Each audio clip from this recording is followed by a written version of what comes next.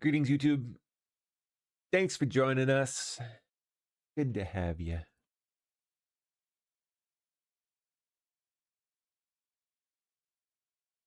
Excuse me. Sorry. Let's see what we got here. Oh gosh. A transgender Gretchen Whitmer.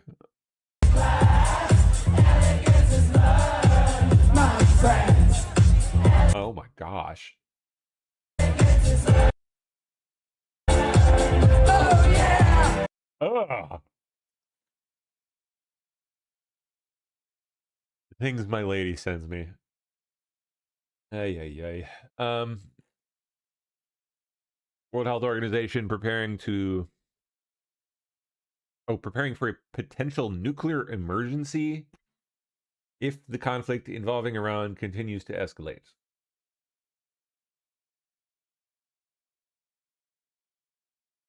Guess we'll see.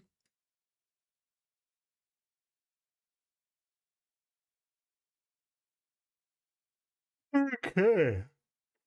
What is the day going to bring us here? Oh, gosh. Here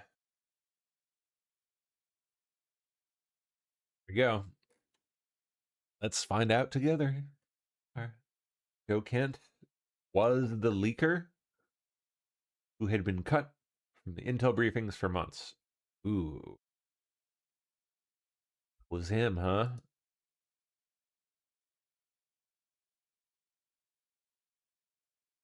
What, while he was leaking. Known leaker, cut out of POTUS intelligence briefings months ago. Has not been part of any Iran planning discussions or briefings at all. White House told Tulsi Gabbard he should be fired for suspected leaks, but she never did. Okay.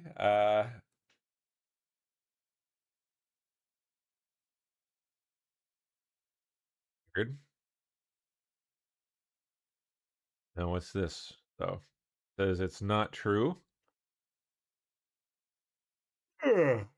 Excuse me. Says it is not true that DNI's Tulsi Gabbard was asked by the White House to fire Kent. If she had been asked to do so, she would have fired him. And that's coming from White House correspondent, who I guess asked this of Tulsi press conference or something.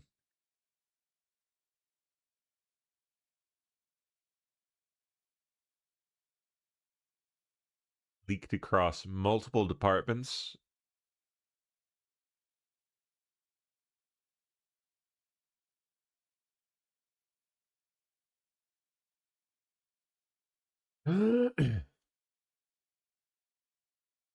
Interesting. Oh boy. All right. Analysts. Dana Perino reports Joe Kent was leaking info. Oh, some more on this. House considered him to be someone who was leaking, and of course that's obviously no good. That's a no. That's a naughty thing to do. You're not supposed to do that. But when you are at the White House, you don't want somebody like that in the administration. He was never fired over that. His boss, Tulsi Gabbard, the director of national intelligence, will be testifying this morning. Does the president still have full confidence in her? He does, yes, and we look forward to watching the director's hearings today. And I think that anyone who has been suspected of leaking or is proven to be a leaker will not be welcome in this administration. I know that for a fact because I've heard the president say it myself. There are investigations underway into leaky leakers in this administration, and people will be held accountable for that. It's unacceptable and it cannot be tolerated. Excuse me. Ooh. Someone who was leaking. Golly. Quantum computing has arrived in 2026. Yep. And how it gets implemented will impact America's standing in our geopolitical competition. Brett Status sits down with industry leaders at Qubits 26 Quantum Realized, a conference hosted by D-Wave. Wow. Follow them. Yeah. This is a big one, man. I know I've talked about this a little bit before, but when we hit this, if things are not ready, like everything, it will go shit. Everything will go to hell in a handbasket real quick. Because this tech will basically unlock every digital door ever. It'll make all old cryptography obsolete. And all the things that used to hide all of our secrets away just won't anymore. Use the power. How do these systems use less energy than traditional GPU processing? So think about this. We compute a solution in minutes on a system that takes 12 kilowatts versus years on a system that can take, megawatts or gigawatts. Oh. That's a lot less power consumption. And now we've actually started to show how you can use our quantum computers for AI model training and inference. The thing that is consuming. Just wait until that in with AI. Power right now, AI model training and inference. Yeah. We're now starting to show how we can introduce quantum computers into that workflow, and as a result, significantly reduce the power required for those use cases and workflows. It'd be a weird year.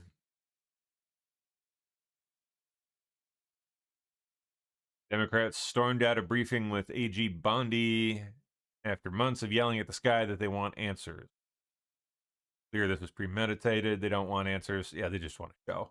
They didn't ask any questions. The attorney was here, but they said they wanted C-SPAN in here. They want the cameras, and very, very typical behavior of the Democrats. Very disappointing, because I really felt like there were a lot of the Democrat members that cared about getting the truth. But I've never seen members storm out of a briefing with the Attorney General and the entire leaders of the Department of Justice are there to answer questions, and they don't ask a single question. Yep. All right, I need to find a semi-longer one here. Give me like 2 minutes so I can go get my tea. I need my caffeine now. All right, here's Democrat Robert Garcia, total moron, after briefing on Epstein investigation with AG Bondi. I just want to make some comments. We just walked out of what has been, quite frankly, complete disrespect of the process of one of our members. And quite frankly, the American public should be outraged at what is happening right now. I want to just start by saying that we opened up what was supposed to be a briefing by asking the Attorney General, which I did multiple times, if she would commit to follow the subpoena that is in place that compels her to answer questions that's under oath, transcribed, and then made available to the American people. And she refused on multiple occasions to commit to following the subpoena that Chairman Comer actually just put out. I asked her repeatedly that question. Other members asked her that question, and she would not commit to it. It is outrageous, it's infuriating, and it continues this White House cover-up of the Epstein files. It's also clear to us that this is being staged as some kind of fake hearing. We're in the hearing room. We've all been given 3 minutes of time by the chairman to ask questions. There's no briefing. There was no actual opening statements by the Attorney General or the Deputy AG. No oath. There was no, of course, she's not under oath. And she would not commit to actually going under oath and following the law. And so we have been frustrated the second this thing started. We did not get to ask any questions. This has been completely set up in a way that's been irresponsible, and quite frankly, we believe a way for the Attorney General to get out of her answering questions under oath and to the public, which we will not accept. And one of our members also was, quite frankly, attacked and insulted by the chairman, which is also not acceptable. And so we're not going to take that anymore. We look forward to asking all of our questions of the Attorney General when she comes in a deposition, under oath, transcribed, and then made available to the American people.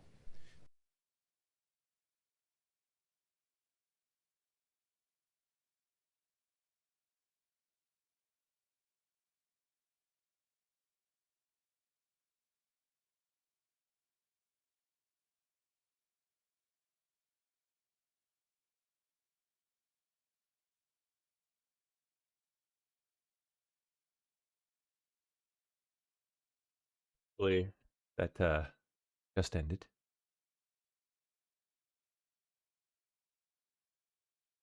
Go. Back down. And what do we miss? That Texas Democrat senators have walked out of the chamber. Here they are. I know that there's been a lot of discussion about what's going forward today. Everyone has different effects on it. I would like to, with permission of papers, I know that there's been a lot of discussion about what's going forward today. Everyone.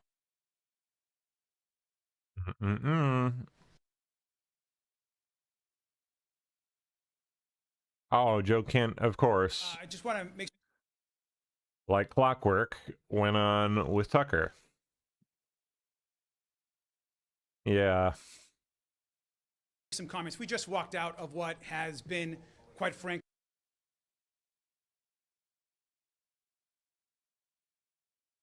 Mark Kelly got caught in an egregious lie that the SAVE Act would, claiming that the SAVE Act would force every single American to re-register to vote. Oh, that's rich. Well, I'm calling it out all the time, Joe. I mean, I think they could change the name of this to the Save Americans from the Right to Vote Act. I mean, wow, this is, good one, buddy. Pre-1960s Whoa. here, and it's not just. This guy's got a career in comedy ahead of him. It's not voter ID. You can't even use a military ID card for this. Everybody would have to re-register to vote. Think about that 80-year-old senior who doesn't have a passport, who can't find their birth certificate. What are they going to do? Who may be for decades have been voting by mail. Well, I'm calling it all the time, Joe. I mean, I think they could change the name of this to the Save Americans from the Right to Vote Act. Dude, where do they find this level of stupidity? How do they find these fucking people? I mean, this is going back to the pre-1960s here, and it's not just about.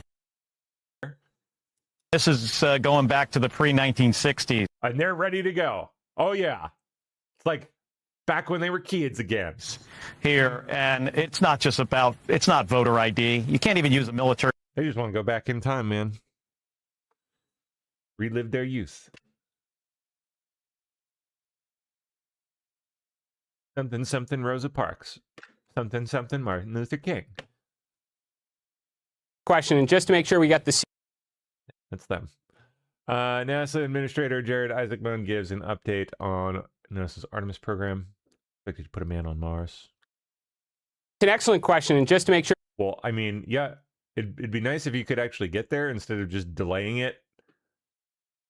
All Artemis seems to be good for so far is just delaying forever. We got the sequence down. So Artemis 2, that's the rocket that's going to roll out to the pad starting this evening. Again, April 1st, we're going to send our astronauts around the moon. It will not land. It's a checkout of the systems. Then Artemis 3 is going to launch in 2027. So we're going to get back into a cadence of launching moon rockets almost on an annual basis. Are we, though? We're actually going to go into Earth orbit where we're going to check out the spacecraft plus the lunar landers, bring them together, very Apollo 9-esque, and check out the integrated operations in preparation for 2028, when American astronauts will return to the moon and land. Now, the difference between what we did, July 20th, 1969 through 1972 during the Apollo program, we landed, we retrieved rock samples, we planted the flag. It was, one of the greatest engineering accomplishments in human history, but we didn't go back.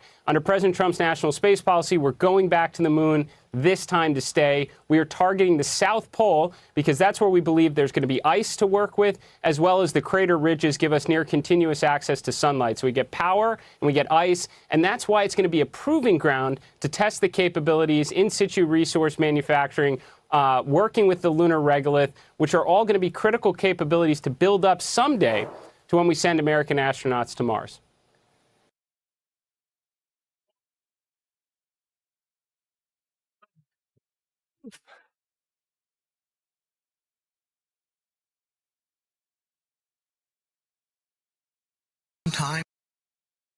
John Roberts gets eviscerated for ignoring real problem. Is that the criticism can move from a focus on legal analysis to personalities. Judges around the country work very hard to get it right, and if they don't, their opinions are subject to criticism. But personally directed hostility is dangerous, and it's got to stop. I'm more of a knuckle dragger, and I think, yeah, absolutely, some of these judges like Boasberg should 100% be ashamed of themselves. They should be. And uninvited to Thanksgiving. Yeah.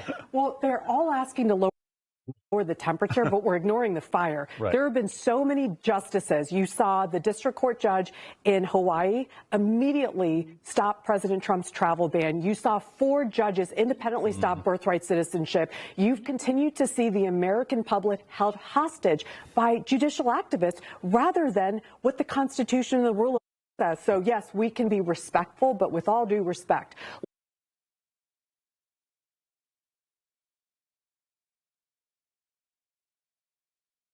Well, the first thing that comes to my mind, John, is if you think back to that time period, you had a almost correlated kind of parallel efforts at that time, and I don't know that they were working together or not, but it was really in that same time frame. So if you remember, this is that time that the chairman of the Joint Chiefs, Milley, I believe this was in 2020.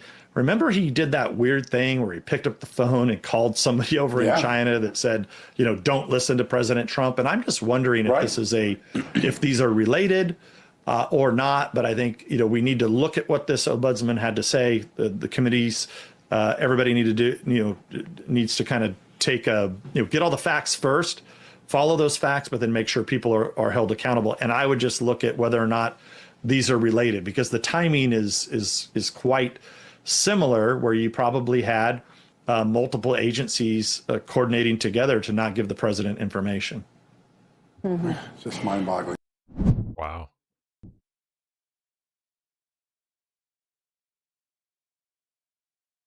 Interesting. Okay. Biden CIA's war on motherhood.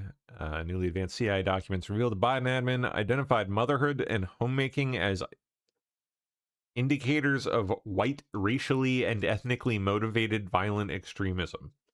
RIMV. That's right. You heard that right. Motherhood and homemaking is basically an indication of white supremacy. Yep. That's right.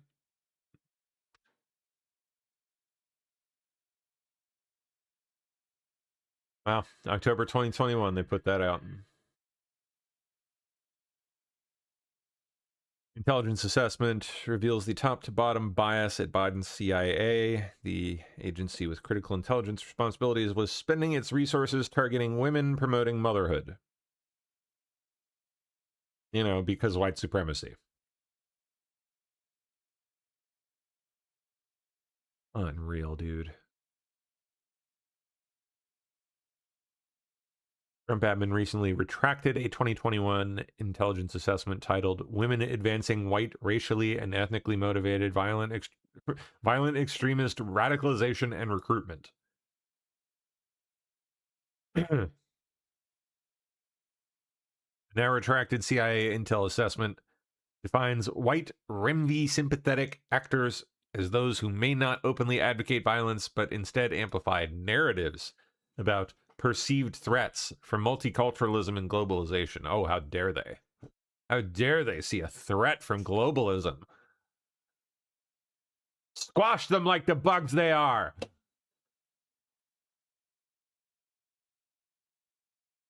Yeah.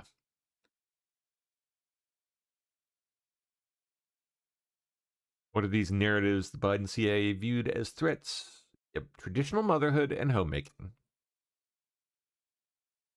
Highly dangerous stuff.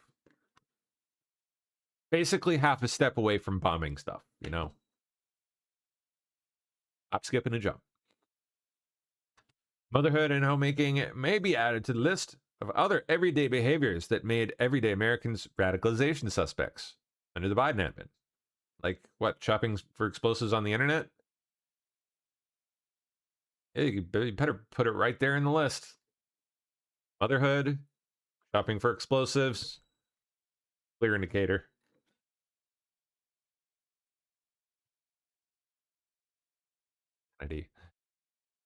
CIA intel assessment is just the latest example of the Biden admin's war on parents. Yep.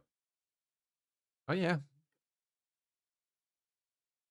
Taking down license plate numbers, Catholics.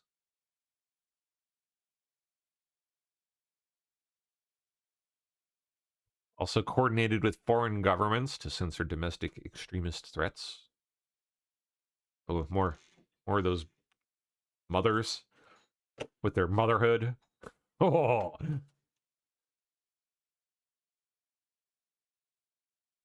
Yeah, better put a stop to that. Dastardly villains with their motherhood and their homemaking.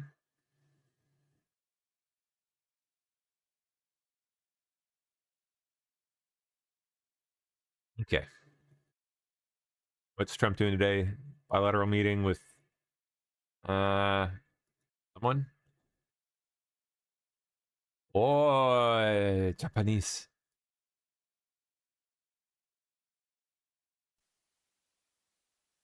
And rare earth minerals, and also I look forward to discussing with you how we can make our two economies stronger moving forward. Thank you very much. Well, thank you very much, and you're doing a great job. Again, congratulations on the biggest win Konnichiwa, Trump-san. in the history of Japan. That's not bad. Trumpu? Trumpu. That's a pretty long history. That's a large nation with with a great reputation, but it's a tremendous victory. Congratulations to everybody. I'm very proud of you. Very proud of you. We've become friends, and I'm very proud of the job you've done. It's not easy. Any questions, please? Mr. President, are you fully satisfied? Well, maybe we'll get some highlights up here. Oh, yeah, we do. Very good. We'll get some of that. But first, CIA Director John Ratcliffe testifying under oath about Iran. What do we got? Is the Iranian regime committed to America's destruction, in your opinion? Yes. Does the Iranian regime have American blood on their hands since its founding in 1979? Yes. Has Iran plotted assassination attempts against Americans on American soil? Yes. Was Iran developing a nuclear weapon prior to our military action last June? And did Iran remain committed to developing a nuclear weapon in the lead up to this conflict? Yes. So I want to clarify on that because there's been much talk about a fatwa against the development of a nuclear weapon. Can you come back to that? Let me finish Yeah, these. you bet. Okay? Fatwa. If left unchecked, do you think Iran would have the ability to develop missiles capable of reaching the United States? Yes. Did Israel force the U.S.'s hand and make us take action, as some have claimed? No. Director Gabbard, do you agree with the CIA director's assessment on that last question in particular? Is the Iranian regime committed to America's destruction, in your opinion? That's it. Okay. Okay, now, highlights.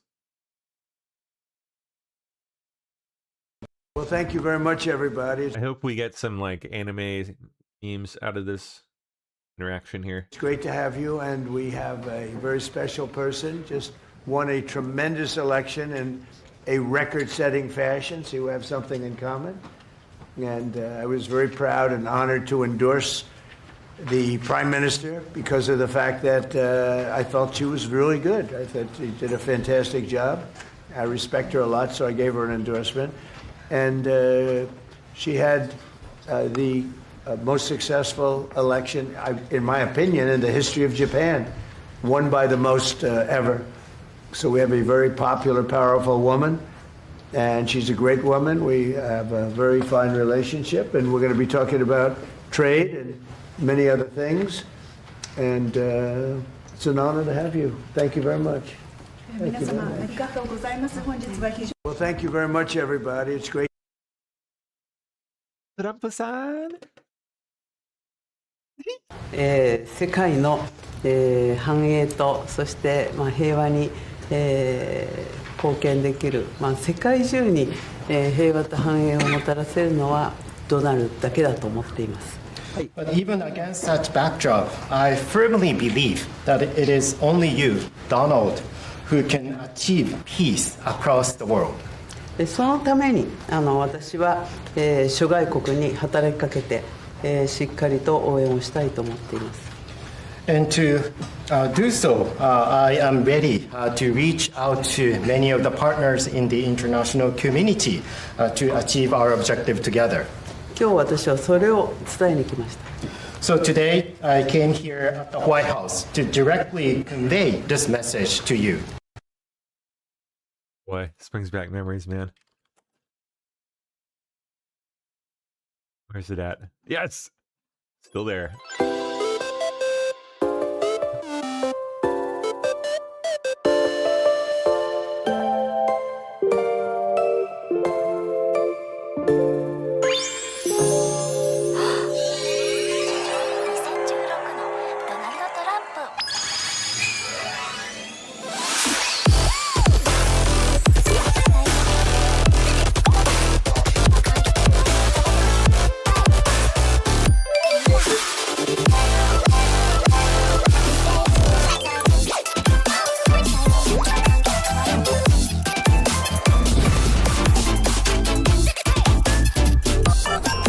Boy, oh boy.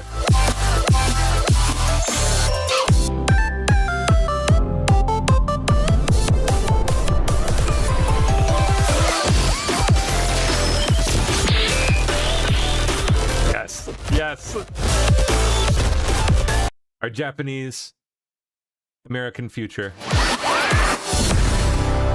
Trump 2016. Trump.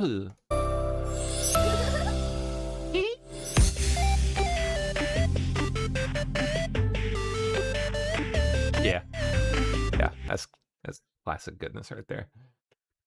Classic goodness. Ye olden days.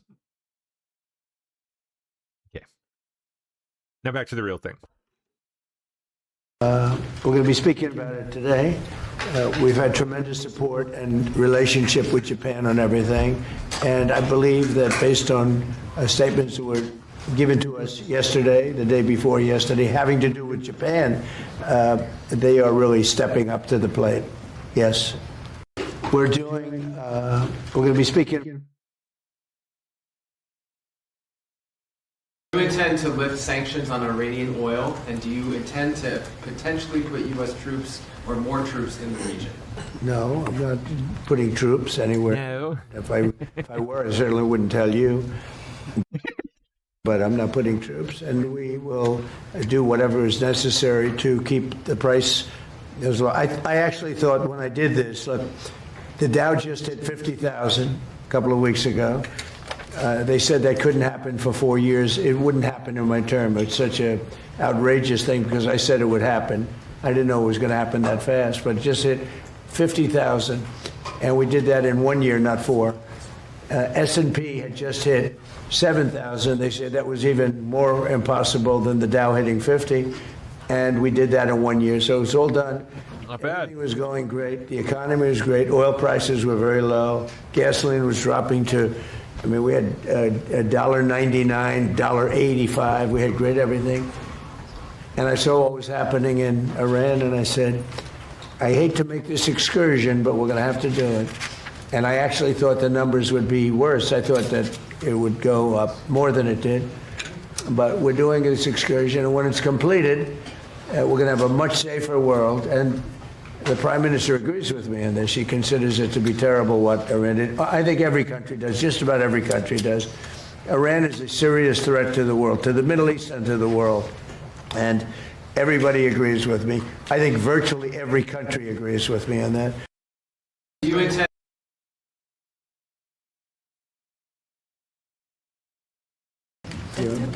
I think she's going to have to go first before you. Is that okay? Do you understand? Just very good. I tell you, I mean, it's so nice that we don't have to sit. No, it's very good. I haven't picked up your language, so the next time you come, I'll have your language mastered. I think she's going to have to go first before you. I want to hear Trump speak Japanese, dude. Can you imagine? Sign me up. And he's. You talked to Prime Minister Netanyahu about attacking the oil and gas fields. Yeah, I did. I told him don't do that, and he won't do that. We didn't discuss. You know, we do. Who that? In reference to. We're independent. We to what? Get along great. It's coordinated, but on occasion he'll do something, and if I don't like it, and so we're not doing that anymore. You talked to Prime Minister Netanyahu about. Oh, Netanyahu. Okay. Attacking the oil and gas fields. Yeah, I did. I told him. Must be talking about. And he's. Yeah, it was an interesting move last night with Trump, like, kind of bitching them out, basically saying, like, "Hey, you guys jumped the gun and went and bombed Iran when you shouldn't have done it. Don't do that." Interesting move. I don't know what the heck happened. Besant, let's see. Must also be in the room. So Ed, we are seeing the defections at all levels as they're starting to sense what's going on with the regime. It doesn't get reported here in the U.S. very well, but you know we are trouncing them from the air, and the regime will probably collapse within itself. At Treasury, we've seen where they've wired their money out of the country. We're coming for that. We're going to get it back to the Iranian people. Mr. President, seeing defections. Israel. There's a lot of military defections also. You have a lot of military defections in Iran. Oh. I don't blame them. The strongest military in the world. We have the best equipment. We make by far the best equipment. The other night, they had 114 rockets shot at a certain location, and out of 100 highly sophisticated rockets, out of 114 sophisticated rockets, every single one of them was shot down with our equipment, all our equipment. It's amazing, actually, how good it is. So we want to be sure, and it's a small price to pay to make sure that we stay tippy-top. Tippy-top. We have tippy-top. Tippy-top. Sorry, 1 second. I'm going to grab some stuff. Okay, what do I need? I need... Ooh.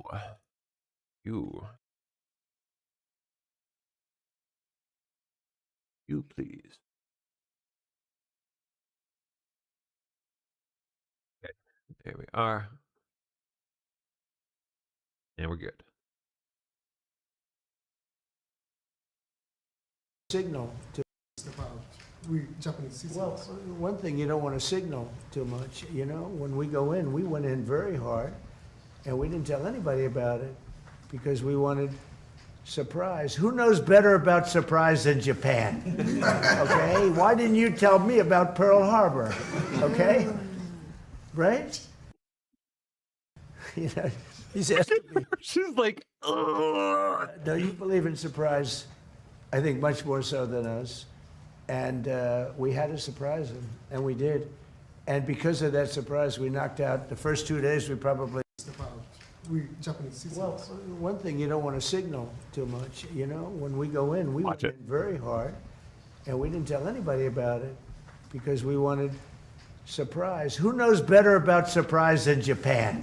Okay? Why didn't you tell me about Pearl Harbor? Okay? Right? God, he's too funny, man. Too funny. After pressure from Trump, 6 American allies just pledged support to secure the Strait of Hormuz. President Trump is about to meet with Japan's prime minister.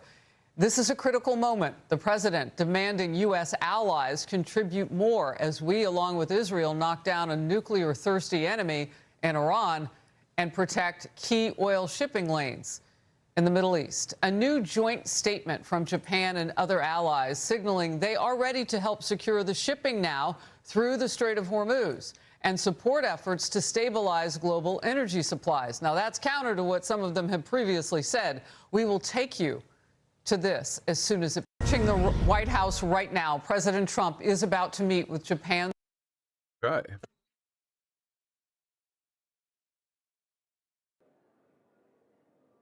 U.S. House has passed the Bow Wow Act, which makes any non-citizen who assaults or harms a federal working dog automatically deportable. Bye-bye.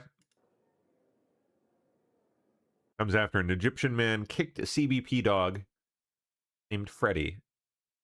The dog caught him smuggling illegal goods into the U.S. Ooh. Good puppy. Oh, who's a good boy? Who's a good puppy? Oh, yeah. Guys literally had a historic under the Kash Patel announces a stunning 490% surge in arrests of online child predators. Trump administration, this FBI has literally had a historic year. We have 112% increase in violent offenders arrested last year alone, a 20% decrease in homicides, 20% decrease in robberies. We have disrupted 1,800 criminal gangs. That's a 210% increase. We've seized enough fentanyl to kill 178 million Americans. That's a 31% increase.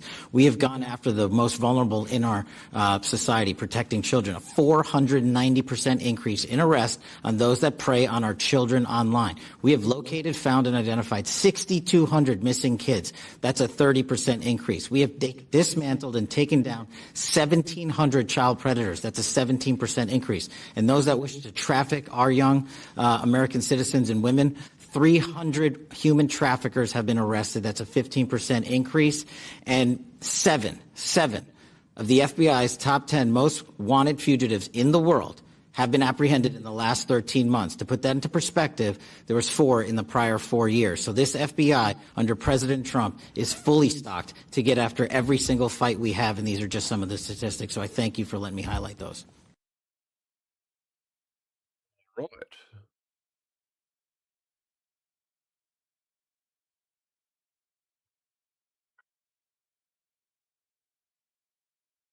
Tulsi confirms her office seized voting machines in Puerto Rico. Okay.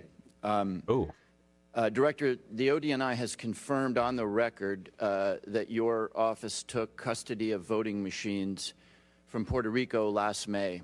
I'm not aware of any previous DNI taking similar actions. Did your office promptly notify the committee about taking custody of Puerto Rico's voting machines? I don't believe we did. However, this was done at the request of the Puerto Rico AUSA attorney. Ma'am, it's a yes or no question. The answer, as you have acknowledged, is no. You did not inform the committee about the taking of a territory's voting machines. Is there a specific foreign threat? And I've read the reporting that you were looking for possible foreign threats, but is there a specific foreign threat that drove you to take this action? There were questions about whether or not there were vulnerabilities that a threat could have taken advantage of, and that was the purpose for their requesting us to look into those vulnerabilities. Where are those voting machines now? I believe they are held in a secure facility at ODNI. Have you or other ODNI officials taken any other state or territory's voting equipment into custody? Not to my knowledge.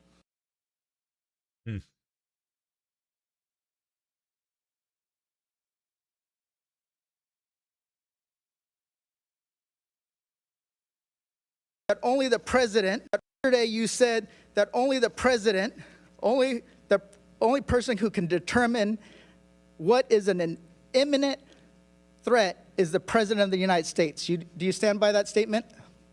Yes, I do. Director Ratcliffe, do you agree with that assessment? That the president is the only person that can determine if something is an imminent threat or not? The president's commander-in-chief gets to make a decision about what's an imminent threat. The intelligence community, well, the intelligence... Reclaim my time. The intelligence reclaim my time. Intelligence community has provided a body of intelligence that supports the reason why the decision is that if the president can determine and ignore what you're doing, why do you guys even have a job? Why do you even advise them? So you're saying tomorrow the President of the United States can say China is an imminent threat, and then he can take his own, no matter what the intelligence says, he can take his own action. So that's what you're basically, yesterday you said that only the President. Senate enters third day on the debate on the voter ID bill, the SAVE Act. Day 3. Americans are pretty used to presenting their photo IDs. Oh, you bet. These days, you need one. Happens all the damn time. Everything you do. Driving a car, you better have your license on you. Starting a new job, you'll need to show a photo ID. Want to be an emergency snow shoveler in New York City, you need to bring 2 forms of ID for that. Mr. President, you need a photo ID to open a bank account or visit your doctor.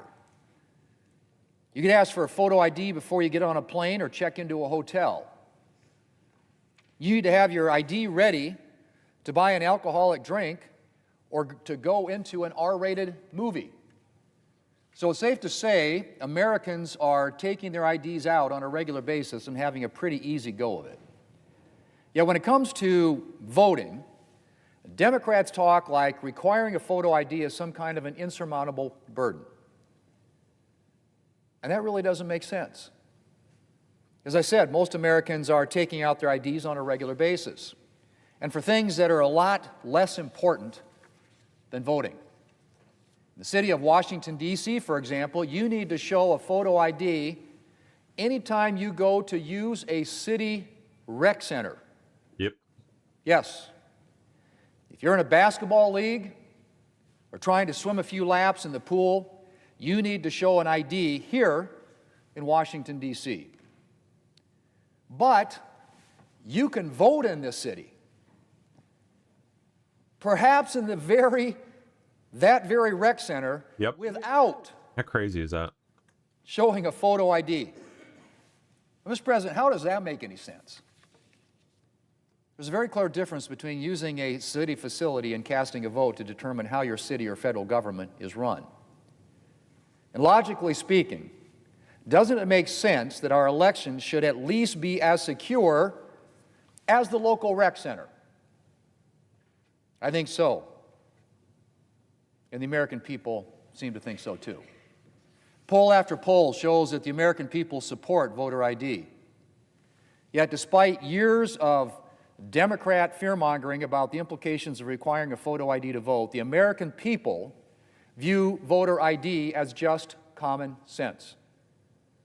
North of 80% of Americans in a poll last year said they support requiring all voters to show a photo ID at the polls. An NBC News headline this week reads, and I quote, "Most Americans support requiring photo ID to vote. Democrats in Congress reject it," end quote. Well, that's pretty much it, Mr. President. Requiring a photo ID to vote is something that's so common sense, only congressional Democrats could oppose it. And I would really like to know their reasoning. Of course, Democrats are now hedging, suggesting that they do kind of support voter ID. Well, if they do, it would certainly be news to me.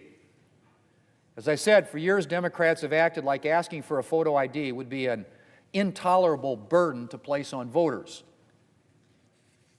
When he was a senator, Barack Obama opposed a national voter ID amendment saying that it was an attempt, and I quote, to restrict the approach for people voting throughout the country, end quote. Okay. As vice president, later as president, Joe Biden decried state laws that required voter ID. And a few years ago, and this one really baffles me, then Vice President Kamala Harris said, and I quote, "I don't think we should underestimate what voter ID laws could mean, because in some people's mind, that means you're going to have to Xerox or photocopy your ID to send it in to prove who you are." Well, there are a whole lot of people, especially people who live in rural communities, who don't. There's no Kinkos, there's no Office Max near them, end quote. That was from then Vice President Kamala Harris. Well, Mr. President, I spent a good amount of time in rural South Dakota. And I'm happy to share that people in rural areas do in fact have photo IDs and regularly use them. And they'd be more than happy to show them at the polls. In fact, under South Dakota law, voters already have to show a photo ID to cast a ballot. And the former vice president will be happy to know that copy machines have also made it to rural America. No. Mr. President, despite Democrats' fear-mongering, requiring a photo ID is not some sort of an impossible thing to ask of voters. Sane conversation. Mike Lee dropping straight truth nukes on the third day of the SAVE Act. Of having free and fair elections, and it makes them impossible. So, like Mike Lee. Look, Good guy. I think that there's only one legitimate reason to oppose this. I have yet to hear a legitimate argument against the bill, and which begs the question, do they really just want to make it easy to vote so badly that they're willing or even enthusiastic to just make it easier to cheat?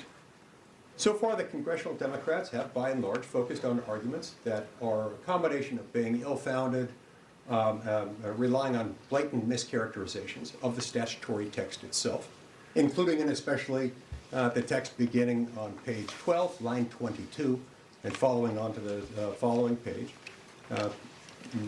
easing the documentary requirements for proof of citizenship, making it so easy, it's much easier than filling out your I-9 form when you start a new job with a new employer, where you're required to prove your citizenship if in fact you're an American. If you're not an American citizen, you're going to have to produce a visa showing that you are eligible to work. But we make it easier than that. We make it so easy, in fact, that even if all of your citizenship documentation papers have disappeared, because your house burned down, your dog ate them, your crazy Aunt Madge came and stole them and took them to the dump for some inexplicable reason, or maybe you never had them, you can still go to a state election official, swear out an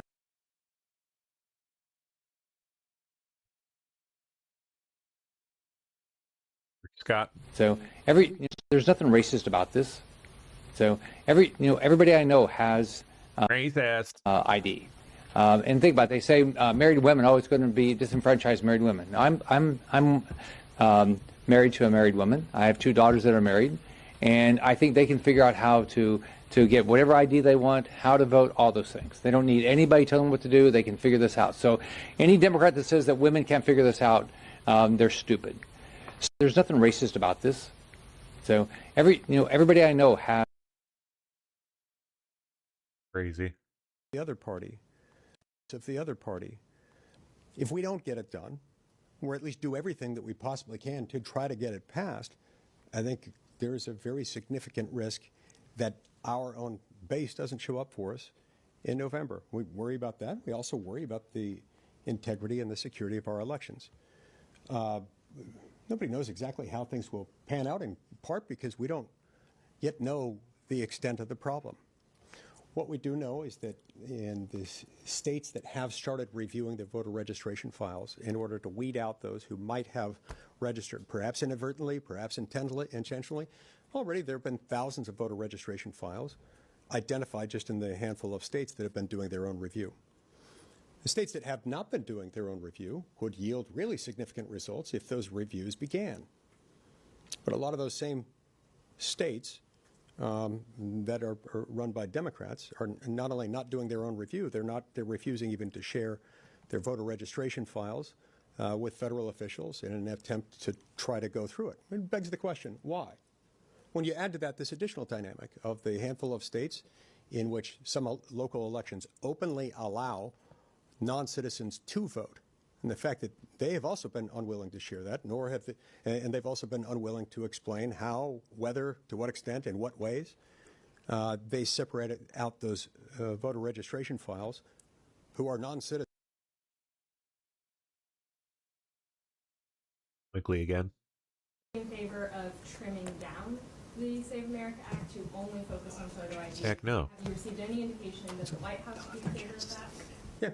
Yeah. And first of all, because of Senator Husted and his great idea on this, they'll have their chance this afternoon. to state their position on that. State their position on whether to support that and what they would do with the rest of it. If your question to me is, would I walk away from the rest of the bill and say, oh, okay, well, we got this, so never mind? No. We're going to continue to push the rest of the legislation. If we can get that passed separately, fantastic. And we'll focus on the rest of the provisions.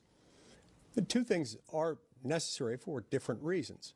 And there again, if somebody comes up with a good faith, productive suggestion about how we could make those provisions better, I'm all ears. I'm open to suggestions. But the freestanding, independent concerns would remain. It would be fantastic if we get this win. They shouldn't object. They should allow this to become law, and I think the country would be better off for it, and then we could move on to the other items. But I'm not going to walk away from the rest of it, because remember, the whole reason we're here, what started the original SAVE Act, was this realization of a confluence of events and changes in law and the interpretation of law over the last 33 years since NVRA was passed that have resulted in 30 million plus non-citizens in the United States, 10 to 15.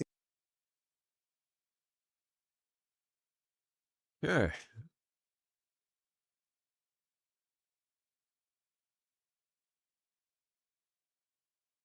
Good. Oh, Bibi Netanyahu. Doing. Oop, oop.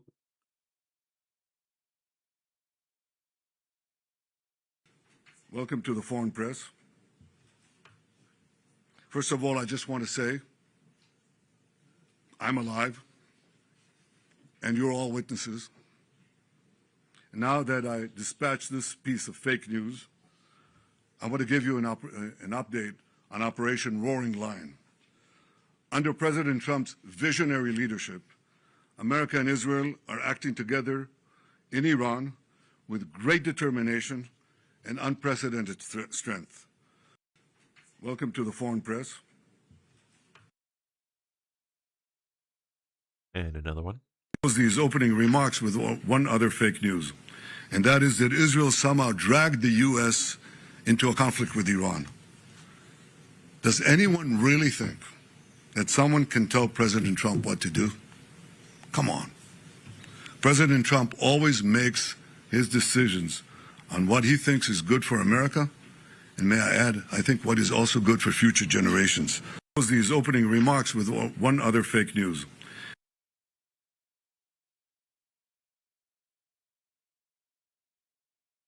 Shirley explains his faith for the first time. What is it with he's Mormon, isn't he? You and how is it with you and how you were raised, or your faith, or the way that maybe God just put you together that allows you to sort of walk into these fraudsters, whether it's in New York City, people selling fake Gucci bags, or whether it's straight into these Somali daycares, or whether it's in California, walking through these homeless encampments. Like, what is it that drives you and allows you to do that? Most people would be pretty terrified and pretty scared. A lot of these people are unhinged. Some of them are clearly violent. You've clearly been threatened and run out of a lot of places. You talk about that? Yeah, I think it's a accumulation of a lot of experiences I've had growing up, and then also being the younger brother. I mean, I was always just like the test dummy, and I had to kind of grow up without fear to be able to hang out with my older brothers.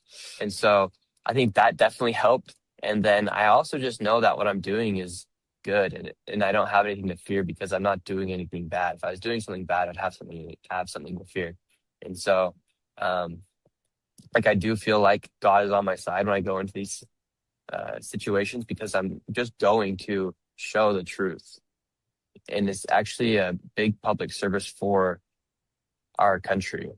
And we know that our country is the greatest country in the world, but it won't be the greatest country in the world if we allow all this fraud and all these foreigners who aren't even from here come in and loot from the American taxpayer that's actively working to make America great.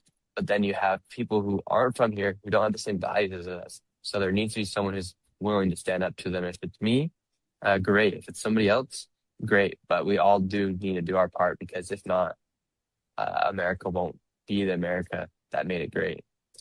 Since you said there in your last answer, I feel like God is with me. Could you expound on that a little bit? Because again, a lot of the comments are just like, dude, you're really brave. You're going to some of the darkest most corrupt corners of our society where no journalist will ever touch, right? There's 100,000 journalists out there, a bunch of really powerful and very rich news companies. They won't ever touch this stuff. I think because they're too scared. I know a lot of them, and they're cowards. But you're doing it, and you say that God's on your side. Expound on that.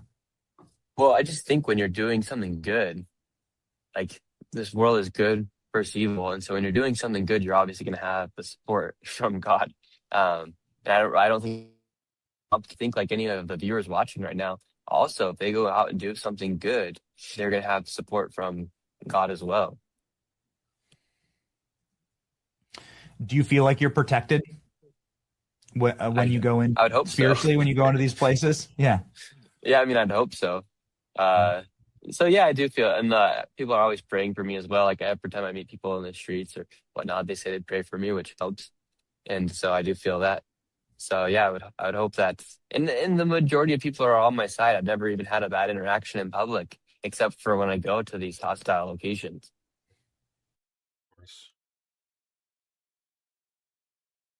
Joe Kent under investigation for leaking. Basically, he's under investigation for leaking classified documents. The investigation is being led by the FBI, and apparently the investigation started before his resignation. What do you know, John Solomon? Yeah, that is an accurate description of what we know. Several months ago, the FBI began examining a potential leak of information and technology that they believe is connected to Joe Kent or his office. That has been ongoing. It is nearing a resolution, and it's in that period of time when it's nearing a resolution. Often when you get to this point, you get a notification that you're either a subject or a target of the investigation. Target means you're about to be indicted. Subject means your behavior is being examined. It's usually around the time of resolution that you get those notifications. Now, we don't know if that happened, but we are told that the decision on whether charges are to be brought is going to happen soon. This does go back into last year, late in 2025 is when the investigation allegedly began. And then all of a sudden on Monday, he dropped that bombshell of a letter. And, again, when you look at the whole of Joe Kent, no matter what happens in this outcome, he's a man who was deployed 11 times to a combat zone in Iraq and Afghanistan. He's an American hero for doing that. He lost his wife to a combat attack. She also was an American patriot and lost. That part of his career stays intact. But if you go into the civilian side and you're trusted with intelligence and you don't handle it properly, there are going to be consequences, particularly in this administration, which is very serious about prosecuting links. And so we'll have to wait and see what the evidence is. But there was an investigation ongoing before he ever released his letter expressing his dissent for the Iran operation. Yeah, Tulsi was asked about this. DNI Tulsi Gabbard, SOT 27. Do you agree or disagree with what this letter was put out by former Director Kent? He said a lot of things in that letter. Ultimately, we have provided the president with the intelligence assessments, and the president is elected by the American people and makes his own decisions based on the information that's available to him. But do you agree with, does that statement he made, blaming Israel, concern you? Yes. So that was a pretty significant moment there, John Solomon. Because a lot of people link DNI Tulsi Gabbard with Joe Kent, thinking that they are ideologically in lockstep. That was a break right there. Yeah, that was a very significant moment.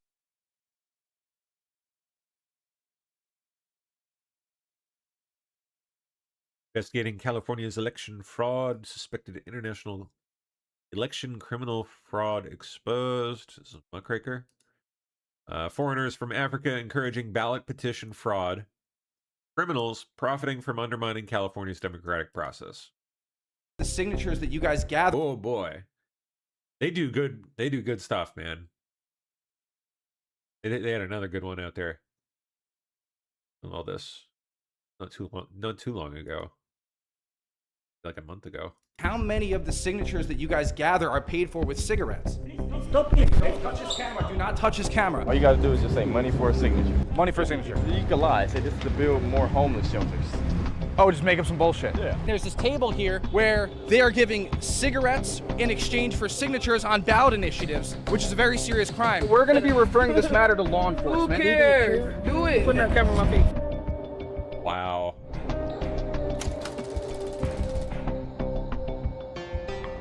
crazy. In California, potential laws can be put on the ballot through something called a ballot petition. Wow. Campaigns hire petition circulators to go out and collect signatures from registered voters. If they collect enough signatures, that law gets placed on the ballot for everyone to vote on. Under California law, it is illegal to give anyone money or something of value in exchange for their signature. And Here in Los Angeles, we uncovered a massive scandal surrounding these petitions. Over the course of our investigation, we discovered a suspected international election criminal. We exposed that many of the signatures used to put new laws on the ballot may have been gathered fraudulently. And we reveal how criminals are profiting while undermining California's electoral process. Our story begins here on Skid Row, where petition fraud can be seen in broad daylight. Ask this guy about the signature. $4. $4. The signature, $4. Oh, signature $4 here. You got 4 signatures, $4 for 4 different positions. Well, what is it? What do you have to do? You get money here? Just sign it, $4. Oh, so you sign it and then you get money. The position, yes. Sign it and print your name, sign your name, and put your address. Do I have to give a real name or? You know what? I didn't ask for an ID, so you can just give them any fucking name. So you did just give me some bullshit? I gave my real name. They want a paperwork, you give it fake. They give you money. They didn't ask you for ID, man. Oh, easy money, huh? So I'm sorry, what do we got to do here? Just sign.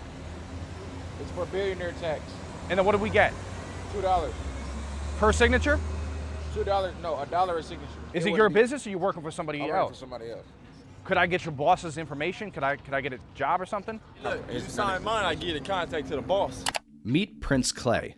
He is one of the many petition circulators that we found operating on Skid Row. You'll give me the contact of the boss? You can't just do me a solid? Well, yeah, here. I get $1. For what? You can meet me in the middle. Oh, but what I'm saying. You want, cigarettes? How's this? How about I use another fake name? How about I pay you and you give me your boss's name so I can get a job, bro? No, look, that's not how this works.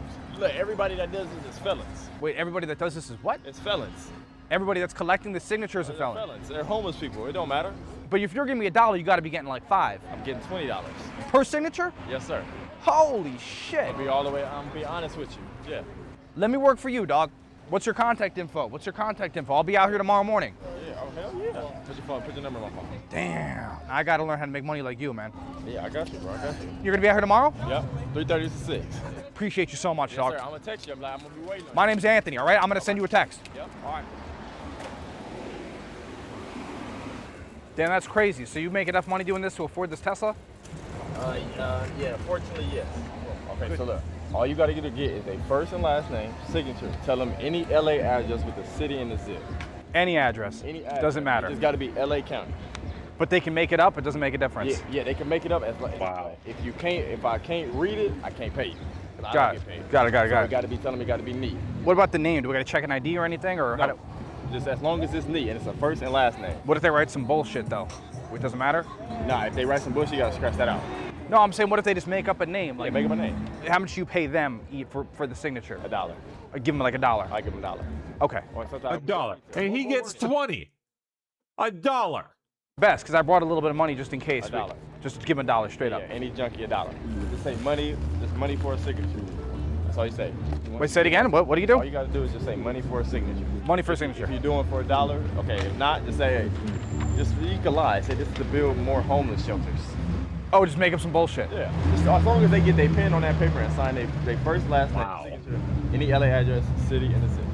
Throughout the day, we observed Prince Clay paying numerous individuals for their ballot petition signatures. Later that night, we were able to lure him to a shopping center in order to confront him. So we're out here in front of this Target right now in Los Angeles waiting for Prince Clay to show up. We told him that we're out here hustling hard right now, gathering some late night signatures. And when he shows up, we're gonna ask him, why are you committing outright fraud? Why are you committing this crime? And we'll see if he wants to atone for some of these crimes that we have seen him commit on camera. Hey, Prince, what's going on, man? What's going on, bro? What's going on? Anthony Rubin. How you doing, bro? Nice to meet you. Nice to meet you, bro. Yeah. Hey, my case I'm on, I can't be on camera. No, so we're trying to ask you because we got you on camera admitting to some serious crimes, man. Yeah. Yeah. And we got you on drone handing out dollars for signatures on Skid Row, so we're trying to figure out what's going on, man. Hey, man. Don't go reaching there, Prince. Don't go reaching. It's the hustle right now. Be reaching. That's a serious crime, you know. I don't like that. Crime. So what's going on, man? Who do you work for? How? Who do I work for? I work Yeah. for myself. You work for yourself? You got any papers for me? Dude. Show me some papers. Papers for you. This is an undercover expose. This is going on the news. Okay. Cool. Right. So do you have anything you want to say about this? Do you have any papers for me or no? So I could make my day, you know. No, we're concerned because, dude, we got you on camera paying money for signatures on Skid Row. We have it on drone shots. We have you admitting to it. All right. So you don't have no papers? Dude, that's the last thing you should be concerned about right now. What do you think I'll be concerned about, bro? What? Going on the news and getting prosecuted. If you wanted to do this, you could have just did that on Skid Row. It's every day. So you're not at all concerned. So you're not concerned that we have you on camera committing a crime. Bro. Anyways, you got any signatures from me? So you're not concerned at all about that. No, it's just as long as you guys don't. So this is Prince Clay, and he's not concerned at all that we have him literally on drone handing out dollars on Skid Row. For signatures. It's Prince Clay. But you know this is like not a smart idea. You know it's only 2 of you got. That camera and mic could get took real quick, bro. That's not smart. When this goes out and it's on camera that, you know, you're committing this crime and admitting to committing a crime. No, I didn't admit to nothing. Of course you did. So there goes Prince Clay. He's walking out of the store now. He is one of many such individuals that are out across the state of California paying individuals money in exchange for their signatures on ballot initiatives. We went to MacArthur Park, a homeless and drug-ridden area similar to Skid Row, where we found even more ballot petition fraud. What do I got to do? What's the deal here? Oh, you just sign it, and then it's a petition to tax billionaires. Do I get anything out of this? You want some chips? Cigarettes? Come here. Let's talk to him. We got cigarettes. What you need? Cigarettes? I get a cigarette out of this? Yes, of course. Okay, what am I signing here? This one right here. So this is what you do. Print your name, signature, address, city, and zip code. And how many cigarettes do I get? All right. You get a cigarette for every page you sign. A cigarette for every page I sign? Yep. That's easy. So behind me is a man who claims to go by the name Eric, and we caught him on camera offering to give cigarettes in exchange for signatures on ballot initiatives, which is a serious crime. So we're gonna go up right now and just ask him what the heck is going on. Come on, let's take a look. Eric, how are you? Good to see you, man. So I wanted to ask you about what you're doing out here, giving cigarettes in exchange for ballot initiative signatures. You said you want to do what? Well, you're on camera giving cigarettes in exchange for ballot initiative signatures, so I wanted to get your thoughts on that, because that is a very serious crime. It is? Oh, absolutely. Okay. So can I get your thoughts on that? No, you can't. I cannot get your thoughts on that? Well, sir, I just want to warn you, I mean, this is going to go out, it's going to be on the news, and, you know, now's your opportunity to give a comment about what is on camera. We got drone footage of it, we got on the ground footage of it. You said I get a cigarette per signature, and I want to know what your thoughts are on that. What are your thoughts on it? My thoughts? Yeah. Well, you see, my thoughts are that it's a very serious crime and you're undermining the electoral process here in California. Okay. So that's it? Pretty much. That's what you have. So what's the name of your company? What's the name of your company? Muckraker.com. Thank you. So that's it? You don't have anything to say? No. Are you going to continue to do this? Are you going to continue to do this? To ask you questions? Whatever you're doing. Oh, absolutely. That's my job. Thank you. Have a good day. So you have no other comment? No. We smoking, we chilling, we out here getting petition. If you want a cigarette and you homeless, you can have one. What about you? So you understand that giving... Putting that camera in my face. Whoa, you can't touch, that's battery. Well, that is battery touch, right there. You that's can't battery. touch my face. Why you in my You're too close. Well, we're standing right here. We're going to be standing right here. No, back up away from me. Well, There'll be a problem. you can't be touching things. You can't be touching things. So what we're going to do is we're going to... Who gives a fuck? Shut up. Well, we're going to be referring this matter to law enforcement. Who cares? Do it. We just Have talked a to law blast. enforcement. They see us here. So this here is Eric, or at least he claims to be Eric. He's wearing a suit. I would actually like to know if he paid for that suit with money that he got by getting signatures in exchange for cigarettes. Got something to say? You bet he did. Well, you're going to be on the news. You're going to be on the news. You're going to be on the news. We don't care about the news. And you're going to get charged. You're going to get charged most likely with a crime. No, but either way, no. We clearly don't care about the news. Excuse me? No one here cares about the news. All right, that's fine. You don't know that right now? Huh? Huh? You don't know that MacArthur Park doesn't care about the news? Okay. Listen, sir, we're going to leave now. Good luck with yourself, okay? With so many ballot petition circulators blatantly violating the law in broad daylight, we wanted to know, Who are these people working for?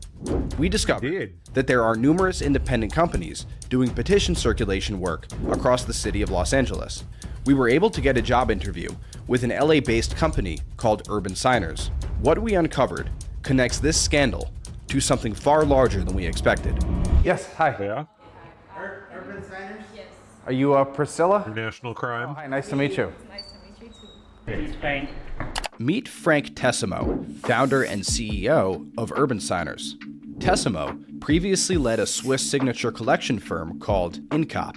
In 2024, Swiss media reported allegations that Incop submitted large numbers of invalid or allegedly forged signatures for nationwide ballot initiatives. Wow. Criminal complaints were filed in connection with Incop and Tessimo personally. Months later, Tessimo launched Urban Signers LLC in Los Angeles. Okay. Oh, hey, how are you, sir? Anthony. Frank. And you? Anthony. Okay. Good to see you. My name is Frank. And you? Hey, I'm curious, where are you guys from? I see it's in French. I'm Ghanaian.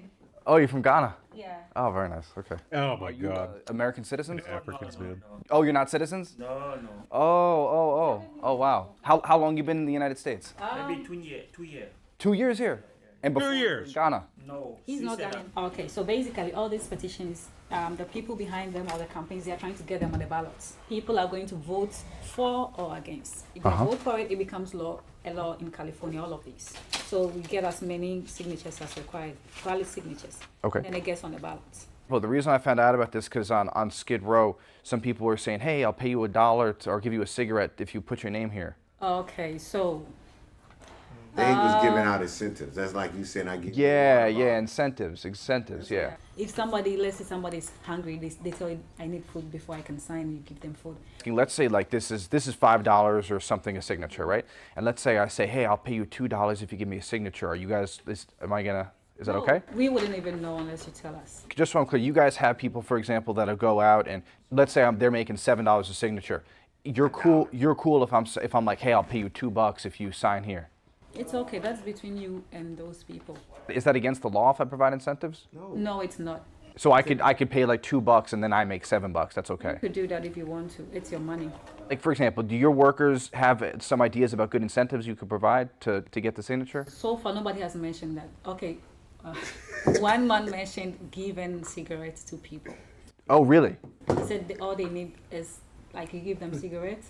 And I was like, okay, that is between him and them. But you're not going to put a stop to it. Well, She has no control over that. Our workers are, you He are go through one independent. ear and Our out the workers are other. independent. So if that is what she wants to do. Because I'm trying to make this money out here. So like, what kind of incentives do you recommend we provide when we do this? Some guy takes cigarette. Yeah. So I like give some cigarettes or something. Sometimes. Or like I was saying, huh?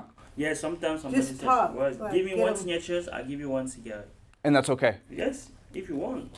Dude, I'm literally going to the store right now and getting boxes of cigarettes, dog. Not easy, yeah. I'm literally getting boxes of cigarettes, homie. Dude, you know what I'm saying? However you do it, it's between you and them. Okay. Okay. We are not saying don't talk just, to me. Yeah, we Yeah, don't. you don't know just, that. Yeah. This is your business. We don't know that. Okay. Yeah, for sure. Easy money, man. We returned to Urban Signers later in the day to ask Frank Tessimo what is going on at his company. Hi. Anthony Rubin. We just spoke with you. So you mentioned to me in there, you said that people sometimes they use cigarettes? No. They use cigarettes I told you to that get everything signatures? has to be within the laws of California. Right. With regards to petition circulation. So, and then I told you that our workers are independent contractors. Mm-hmm. So, we don't control what they do out there. But everything they do should be within the laws of California. But you told me And that... I told you don't go buy packets of cigarettes. But that's not what you said at first. At first you said, yeah, you could give them cigarettes. Those were you. And you said if somebody asks you for food or something, right, that depends on what you do. but that's a crime. So when I mentioned to you, you said, yeah, we could just give a cigarette or something. No. I have it on camera. I'm talking to you. I'm telling you it's not possible. I told you that. I have it on camera. No. Yes. No. Yes. I'm telling you that. You play. You don't. No, but I have it on camera. So I have it on camera, man. Excuse me. So do you have any comment about that? How many of the signatures that you gather are paid for with cigarettes or other things? Can you go down, ups? Please stop that. Please stop it. Hey, don't touch his camera. Do not touch his camera. Hey, do not touch his camera. So I just want to know, man, what's the situation? How many of the signatures that you guys gather are paid for with cigarettes? Can you tell me that? And don't touch his camera again, please. We want to know. We want to know how many are paid for with cigarettes. He said, you know, oh, you could give a cigarette. The other lady said you could give food.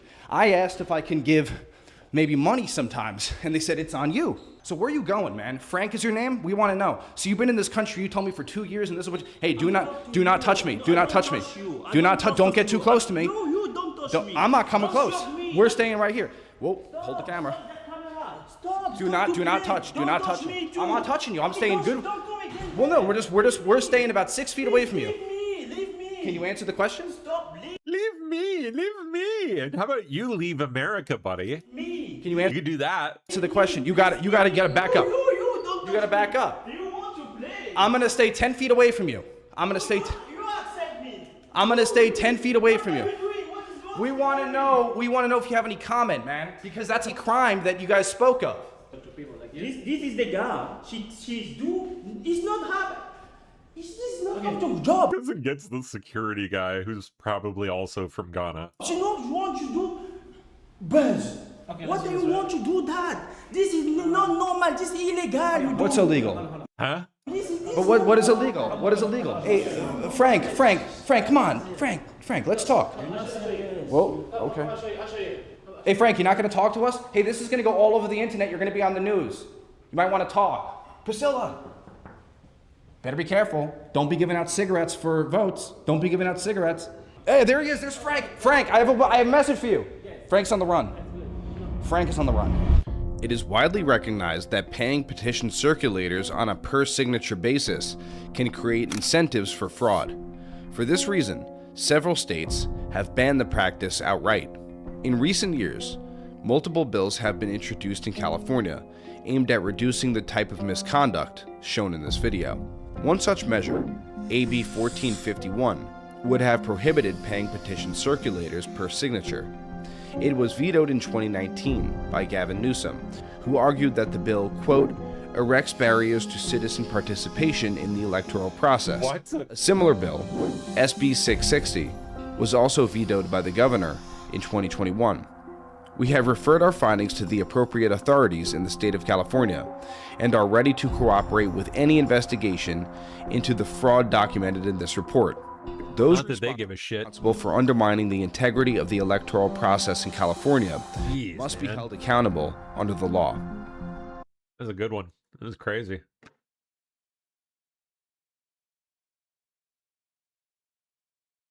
Opening statement to the House Oversight Committee, Jeffrey Epstein's longtime attorney Darren Indyke claimed he had no knowledge whatsoever of the late financier's crimes and categorically denied facilitating the sex trafficking of women. Yeah. Okay, buddy. And Jeffrey Epstein's longtime attorney now sitting for a closed-door deposition with members of the House Oversight Committee.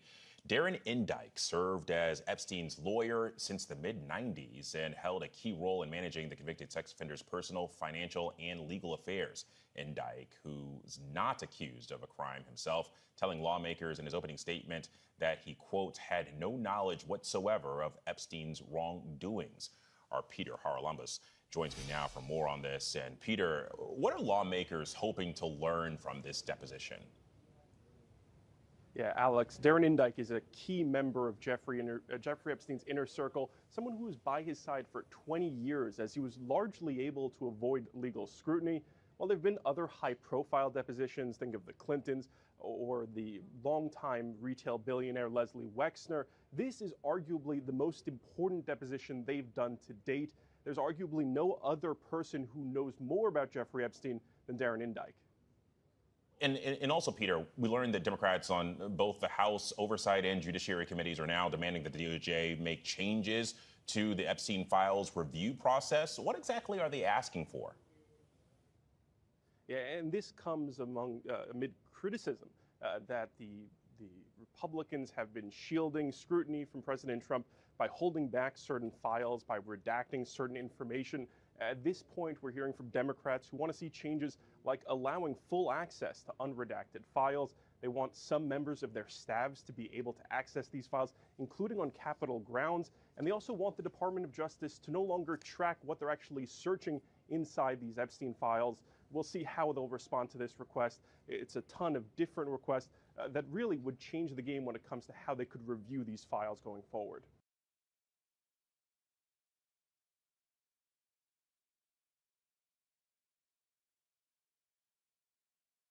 Comey subpoenaed an alleged grand conspiracy against Trump. Oh, shit. How about that?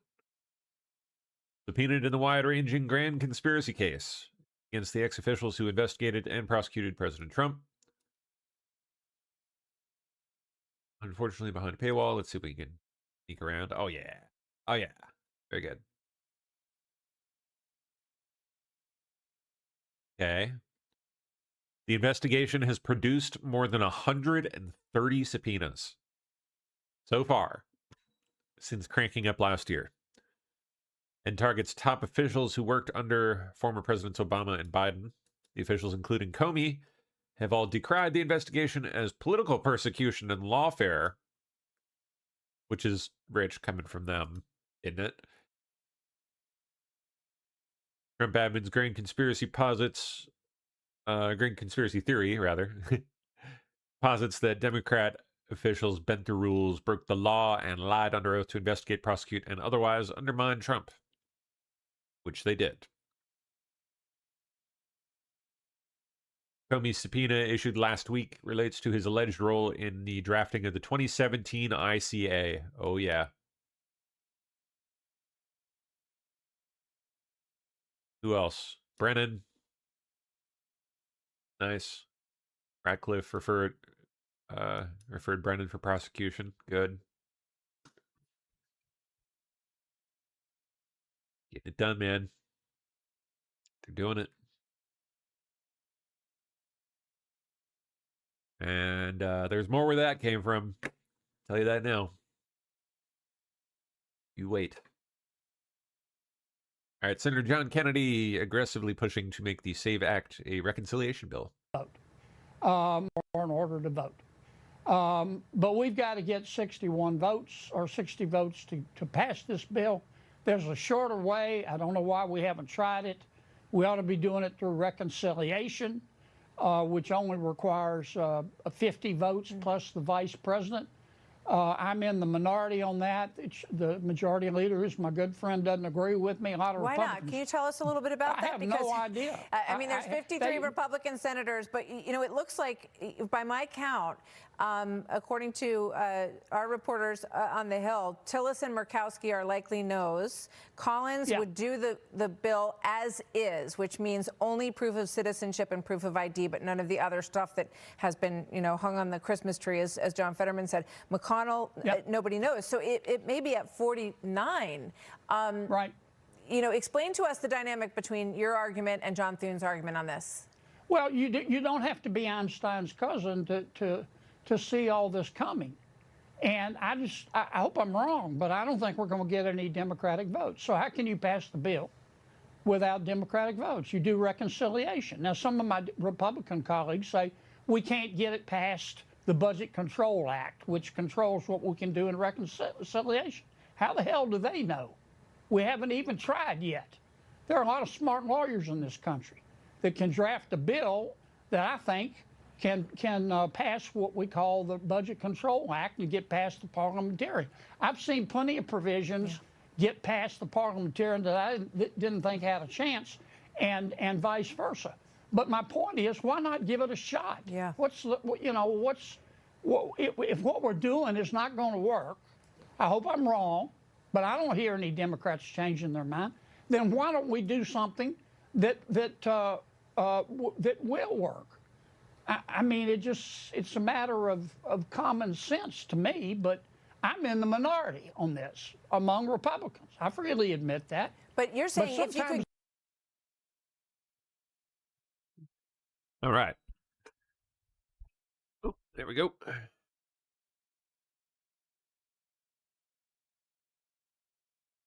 Solomon. This is why Democrats were so mad about money from USAID getting shut off. What's this?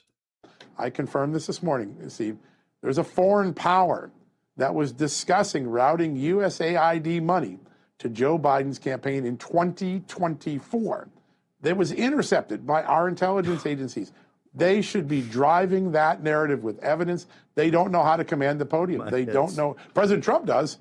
His storytellers don't. They react. They counterpunch. Yeah. They let the other people throw the first punch like Tulsi today, and they don't tell the narrative.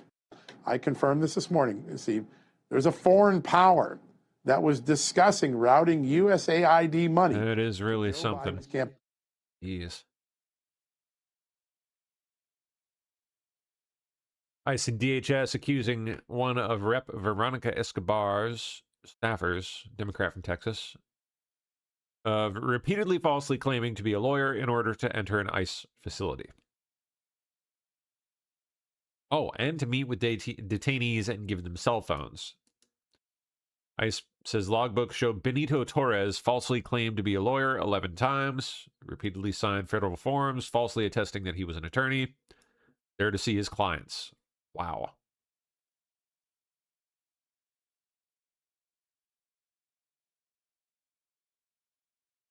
Crazy. Oh, this isn't even the first time this has happened either. Senator Tammy Duckworth, another Democrat, fired a staffer last year who had falsely claimed to be an attorney in order to gain entry to an ICE facility. Wow. Mike Davis, quick. If illegals are not voting, why are the Democrats so concerned about voter ID? Why are they so concerned about proof of citizenship when you register to vote? These are common sense proposals in this SAVE Act. If illegals are not voting, why are the Democrats so concerned about voter ID? Why are they so concerned about Indeed. Keep your eye on the prize, which is the passage of the SAVE Act. The Democrats are going to cave. It has 80% support of Americans, including a supermajority of the Democrats and minorities. The Democrats will cave on this. We're already starting to see Schumer cave by saying, after opposing voter ID for many, many, many years, all of a sudden the Democrats pretend like they support voter ID. The political pressure is working. Keep your eye on the prize, which... Yep. Trump admin transferring oversight of the $1.7 trillion federal student loan portfolio to Treasury. Most significant step yet in the effort to dismantle the education department. Good. Gots to go. Goodbye. Good riddance. Senator Bernie Sanders, I spoke to Anthropic's AI agent, Claude, about AI collecting massive amounts of personal data. This is Senator... Did he really? They, like, put it on a grip arm and clamped it in front of his face. Claude, this is Senator Bernie Sanders.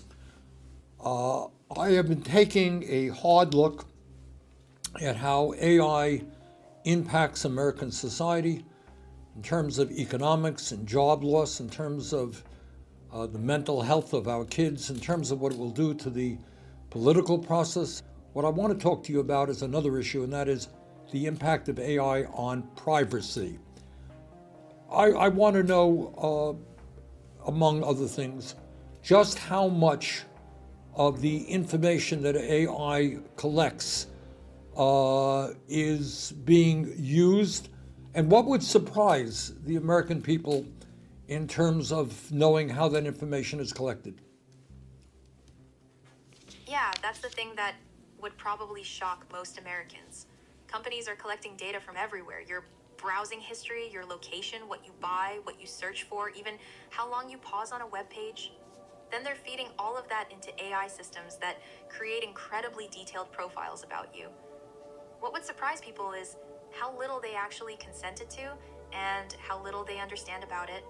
Most people click agree on terms of service without reading them, and they have no idea that their data is being combined with thousands of other data points to build a picture of who they are.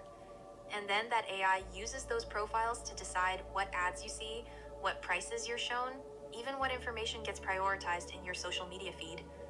It's all happening in the background, invisible and largely unregulated. I mean, I think most Americans would know the answer to this, but why is all of this information being collected? What's the goal here? Money, baby. Money, money, money, money. And a lot of it. And control. Money, Senator. It's fundamentally about profit.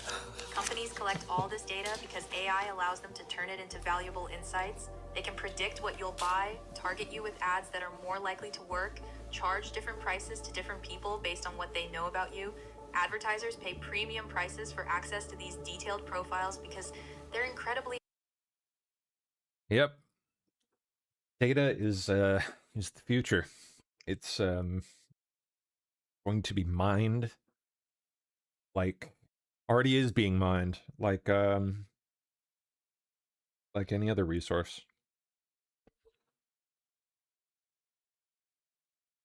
But this one has not even close to been tapped yet.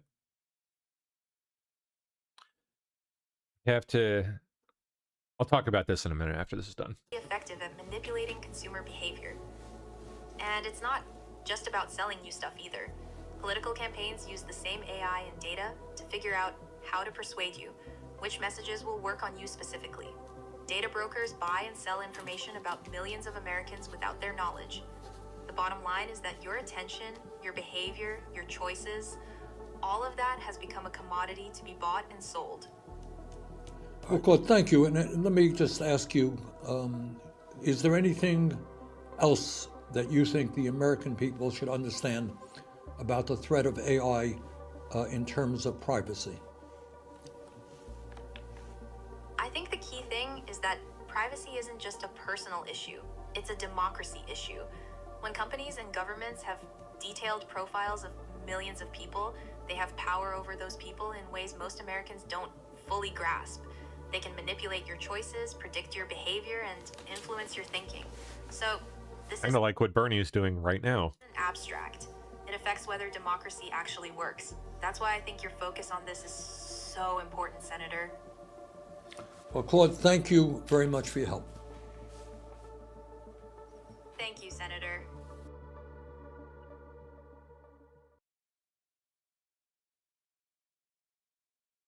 That all is definitely going on. Not wrong about that. About to get a lot worse than anyone can even imagine. Like, this is okay. This is where they intend for this to go. They want I'm saying they. I don't even know that there is a specific they, but this is just at least in this case anyway. Like this is just the general direction that the technology is heading. Just I think by nature what it is, and the natural direction, the natural evolutionary path that it's going to take. But where it's heading very quickly now, like this year, they are getting everything in place for something they're calling a digital twinning, which is where not just you, definitely you, all people, individuals will have a digital twin in the digital space that is basically like a simulation of you, and takes in data from the real world, uses it to kind of simulate as best it can your real path through the world. Same thing with not just people, but businesses, digital twins of businesses, factories, roads, every system, every person, everything. They want to have a digital twin. So they can start to track all of the tiny little micro transactions of, one little thing happens here and it causes a bunch of other things to happen down the road, right? Like all the tiny little intricacies of how all these systems interplay with each other, how people interplay with each other, how one thing affects another. They want to track all that, all those tiny little data points that just currently aren't really tracked at all. Like think about the number of them in just a business, like the number of people that walk through a specific door in a specific building at any given time of the day when the temperature is X degrees on a Tuesday, right? Stuff like that, like that, microscopic, and even way further than that. They want to track all of that, so that of course they can then predict. If you can track data at that level, eventually you start to see the patterns, or at least the machine will, and you can start to predict behavior pretty reliably. Well, the answer to this, but so that's where it's going. Digital twins. This is a massive topic at the NVIDIA GTC conference that just is winding down right now. The biggest one they've ever had, I'm sure, by far. Thanks in no small part to OpenClaw. Yeah, that was like one of the big topics, digital twins.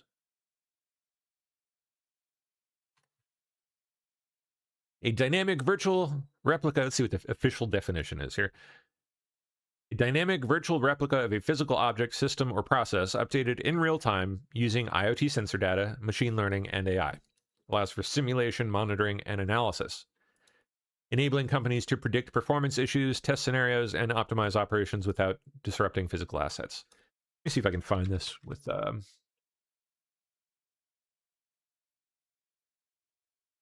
their factories, their digital twinning with factories here. Yeah, look at this.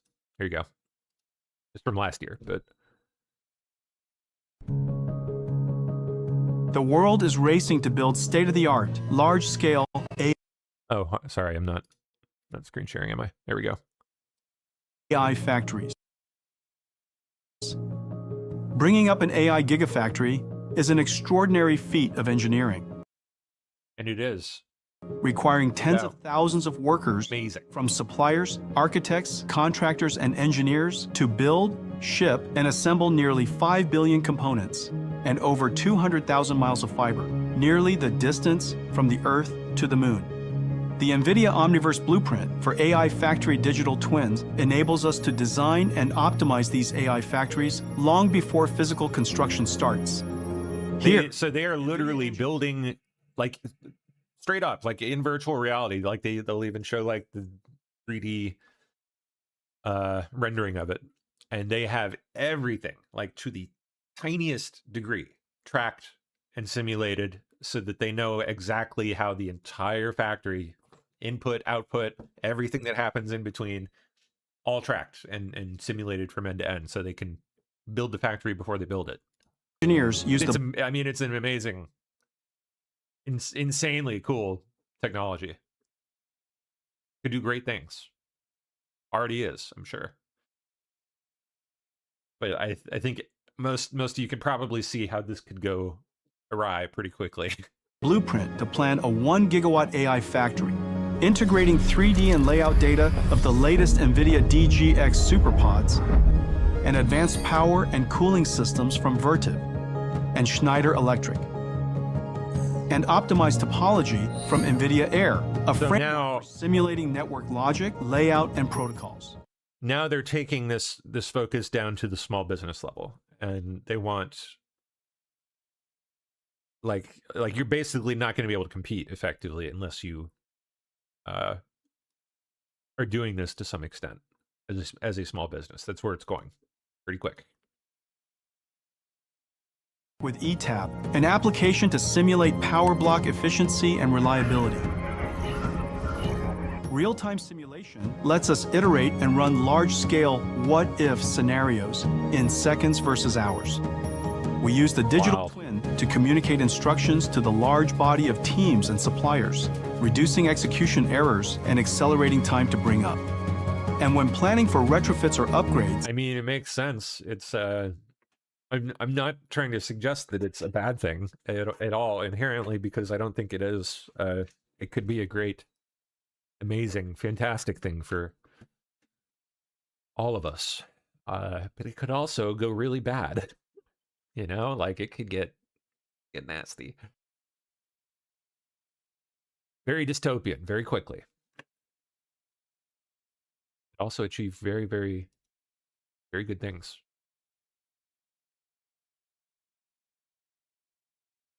I can tell you, if people like this get their grubby mitts on it, it's not going to go well. I don't think we want Bernie and his bros getting their mitts on this shit. Saudi foreign minister just called out Iran for not even serving the interests of Islam. I don't know how they claim to be fighting for Islamic causes while attacking Islamic countries. They are not attacking a single nation. Saudi Arabia, Bahrain, Kuwait, Qatar, UAE, Oman, Lebanon, Jordan, Azerbaijan, Turkey. All these countries are Islamic countries, yet Iran attacks them. And even before this war, what was Iran's contribution in the issues related to the Islamic world?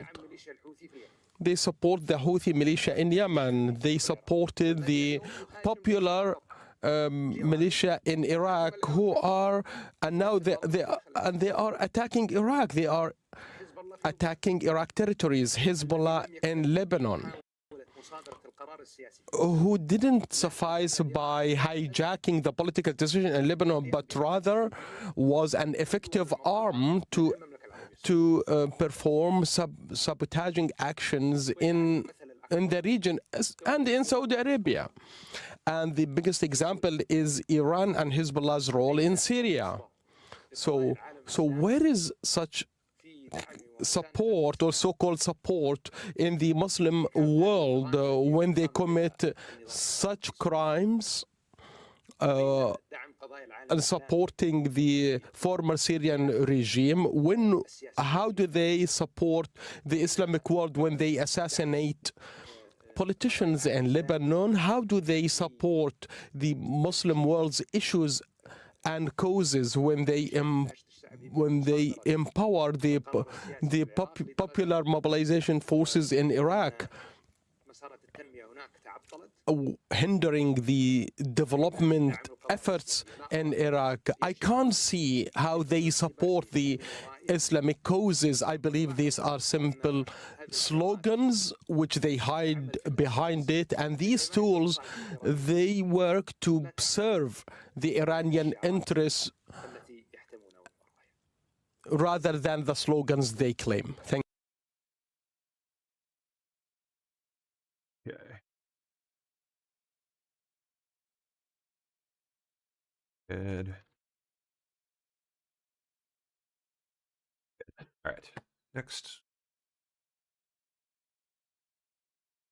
Oh, Chuck's getting angry. We will not let this evil legislation or whatever that was. I don't even know what that was. pass. It kind of looked like he had to take a dump, like in the middle of doing that. And it's like it just hit him. It just hit him that he really has to take a dump. And now he's like trying to figure out how he can get out of there, so he can go number 2. Because it's like poking out, dude. It's poking out right now. We will not let this evil legislation pass. Now where's the bathroom?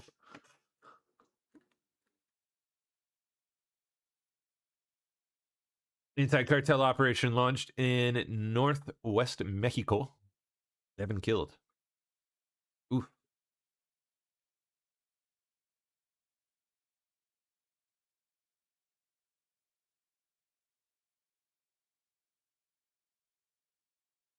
Or 86 Democrats just voted against deporting people who commit welfare fraud. 2026, man. Oh, more on Comey getting subpoenaed. Heck yeah. Let's hear it. Turning to some news that has broken since we've been on the air. Axios reporting that former director of the FBI, Jim Comey, has been subpoenaed in a wide-ranging grand conspiracy case against the officials who investigated and some who would go on to prosecute Donald Trump. That's according to two sources with knowledge of that situation. The subpoena for Jim Comey was reportedly issued last week and relates to his alleged role in the drafting of a January 2017 intelligence community assessment concerning Russia's election interference that favored Donald Trump. This so-called grand conspiracy case is based in the Southern District of Florida, and it relies on the belief that officials who worked for President Barack Obama and later Joe Biden broke the law back then before they knew who would win the 2016 election to try to undermine Donald Trump from his 2016 election through his federal indictments in 2023. It sounds bat bleep crazy, but it's really happening. Did she just say bat bleep crazy? The new one? Bat bleep crazy. God forbid you say shit on television. Epstein lawyer Darren Indyke likely perjured himself repeatedly in today's deposition, says Rep. Dave Min. Thank you, everyone. Dave Min, California 47, and I'm an attorney, a former law professor. Had the chance to ask a few different lines of questions earlier with Mr. Indyke. And I have to say I'm very surprised that he did not take the Fifth Amendment. I think it's very likely he perjured himself over and over and over again. Interesting. And just to give you a few examples, I'm not going to go into detail, but he claimed, and I think this is in the statement you all received, that he had no knowledge of any women or girls, and yet that doesn't account for the fact that numerous women have described how he helped them fix their problems. One woman had described how he had helped her get an apartment.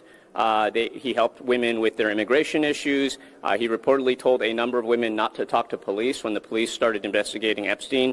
It's just not credible to claim that you had no knowledge of what was happening. I asked, among other things, about the $725,000 that he withdrew in cash at the maximum level of $75 to $100 per withdrawal. That doesn't trigger federal reporting.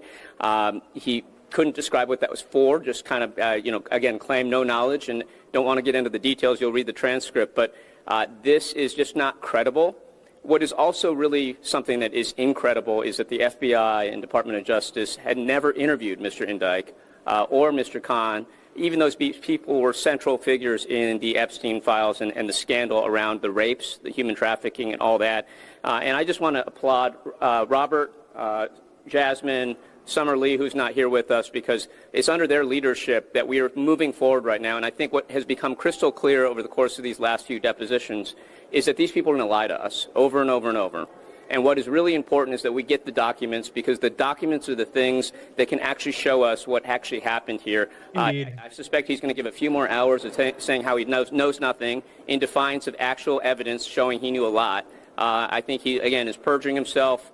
If I was advising him, I'd tell him to take the Fifth Amendment, because I believe he's guilty of perjury. With that, I'm going to turn it over to Mr. Walkinshaw. Thank you, James Walkinshaw. Dang, buddy. Wait to hear about that one. Or see it, even. Federal Commission of Fine Arts officially voted Thursday to approve a new 24-karat commemorative gold coin featuring President Trump. Oh, nice. What a coin. That's fantastic. Yeah, that's good stuff. All right. MSNBC admits Barack Obama may be in the crosshairs of the big grand conspiracy case. The piece that's important for people to understand is that this is not a secret effort that we're talking about. This is something that allies talk about in public. Here is an advisor of the White House named Mike Davis talking about what his buddy, Mr. Quinones, is up to. My good friend Jason Redding Quinones got confirmed as the U.S. attorney in the Southern District of Florida and Miami. And I've been calling for a criminal probe for the last 3+ years since the Mar-a-Lago raid for a grand jury to investigate conspiracy against rights under 18 U.S.C. Section 241 for these lawfare Democrats, how they politicized and weaponized intel agencies and law enforcement, going back years to crossfire hurricane to take out Trump. his top aides like Steve Bannon, Peter Navarro, Jeff Clark, his supporters on January 6th. I've been very publicly calling for that on your show and 5,000 other media hits for the last 3 years. There's now a special grand jury that that Jason just motioned the court in the Southern District of Florida to open in Fort Pierce. That's going to be impaneled in January. I think that sounds like a great place to open up this grand jury on Crossfire Hurricane. So that's the plan. Caroline Leavitt also took to the podium of the White House briefing room over the summer and described former President Barack Obama as being very much in their sights as part of this investigation. Andrew Weissman, your thoughts?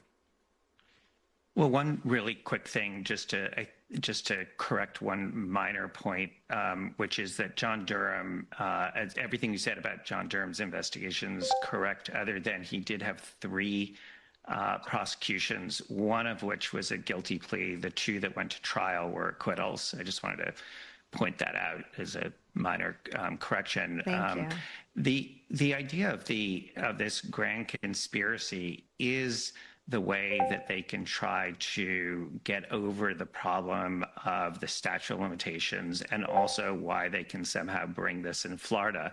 The piece about the statute of limitations, to get a little wonky, is something about the conspiracy has to have happened within the last 5 years. So if you're trying to go after Jim Comey or John Brennan for something that happened well past 5 years ago, you have to be able to say that some part of the conspiracy they were part of happened within the last 5 years. And then second, to get it to Florida, they have to somehow say that the Florida Mar-a-Lago case is part of the conspiracy. In other words, there's something that happened in Florida, and that's sort of the only thing I can think of that would be able to tie it to Florida. But remember, that is a case where a federal judge signed off on that search, and even Judge Cannon, I believe, in connection with motions there, rejected the idea that the defendant who made the claim that it was a sort of selective or vindictive prosecution. So I'm not really sure how they're going to claim that. Plus, it's going to put back on the table the validity of that case. I mean, this is something that Judge Cannon, as Glenn pointed out, really sort of made clear that was never going to see the light of day. Donald Trump tried to have that never see the light of day. Well, if this case goes forward, it's going to put front and center the Mar-a-Lago case, which, I'm not saying that John Brennan and Jim Comey or anyone else should be made as sacrificial lamb for that, but you sort of wonder funny language you're using about the strategy here of putting back on the table something that the Trump administration tried mightily, with some help from many people, to not have it ever go to court.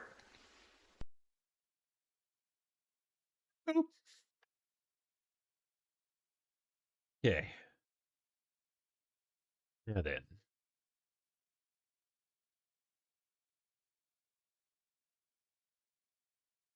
Building a campaign against cartels. Southcom Commander General Francis Donovan shared with the Senate Armed Services Committee how Southcom aims to work with partner nations to counter the illicit networks of designated terrorist organizations. It seemed to be referring to cartels there, like what I'm planning on the Mexicans applying is total systemic friction on these networks, and I believe these kinetic strikes are just one small part of that. If you look at all on the boats, the Droog boats. All right, last up, Governor J.B. Pritzker. Oh boy, Fatso himself talks about Democrat plans for Project 2029 to go after Republicans. Oh, wow. Project 2029, huh? Inventive. What does a Project 2029 agenda look like for you? I don't think you can speak of it in shorthand, but I'll just say a couple of things that I think are absolutely necessary. One is we've got to restore the rule of law, and that means holding people accountable who've broken What? In the law, I'm talking about in this administration, when we get a new one, the people in this administration who've broken the law and federal agents who've broken the law need to be held accountable. And that means criminally prosecuted. Criminally prosecuted, civilly prosecuted, whatever it is that we can do, right? It may be that you can't criminally prosecute somebody, but that you can go after them civilly. What is a project? Just saying it outright, huh? All right. Well, that does it for me. We are at the top. I am done. LC Mac is in. How you doing, sir? I'm good. How are you? I'm chilling, man. Oh, yeah. Chilling. Nice. Yep. Nice. You guys watch Peaky Blinders, right? Oh, yeah. Yeah. You see there's a new season or something coming That's out. the last one? I haven't seen it yet, no. Yeah, it releases tomorrow. I haven't looked into it. I just saw it when I opened up Netflix. Oh, Radix is going to be excited. Yeah, I was going to say it should be. Hopefully it's great. Yeah, this is supposed to be the last one, right? This is like the final. I think so. I never finished the actual main series. I have a problem with that. I never like to finish TV shows. I just pretend they never end. Yeah. So I might actually have to watch it before I start this one. Yeah, I always hope for these shows to return even a decade later. It happened with have you seen The Night Manager? No. Dude, watch it. Watch it. Is it Freaking TV incredible. Huh? TV show? Yeah. Yeah, series on it might be Amazon. Night Manager. The Night Manager. Yeah, it returned after like 20 years. Damn near like a 20-year hiatus.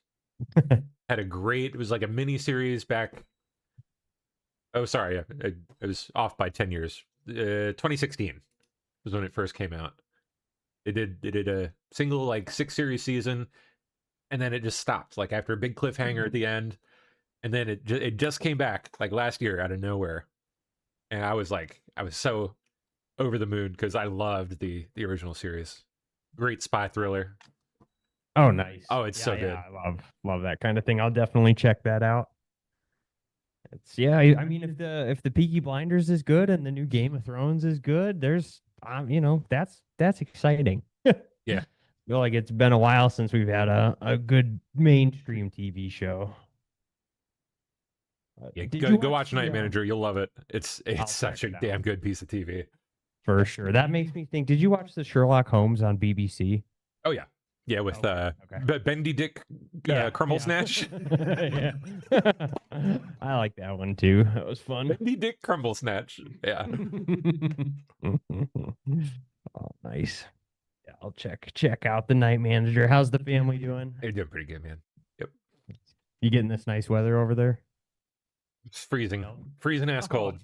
It's 75 degrees here. Oh, please It's come this coming your way. way. Bring it this way. Come on. It's coming. Don't worry. It's gonna be like 85 next week. Spring is here, I guess.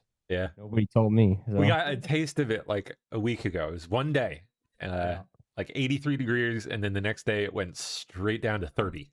Yeah. Like that, like in 10 hours. Yep. Yeah, we had that cold spell, but yeah, it looks like foreseeable future they're saying above 50 degrees. So Yes. Yeah.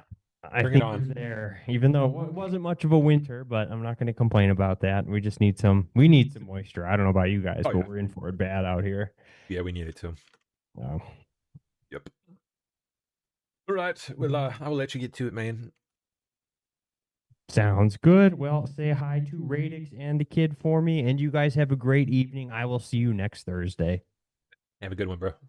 Thank you. See ya. Okay, guys. No more for me. I got work I'm gonna go do. Coding is just nonstop now. Like even in the middle of shows, I'll do it. Yep. I will see you guys. Where's our date? Oh, morning. Tomorrow morning. Yeah. Friday morning. See you bright and early. Okay. Bye-bye.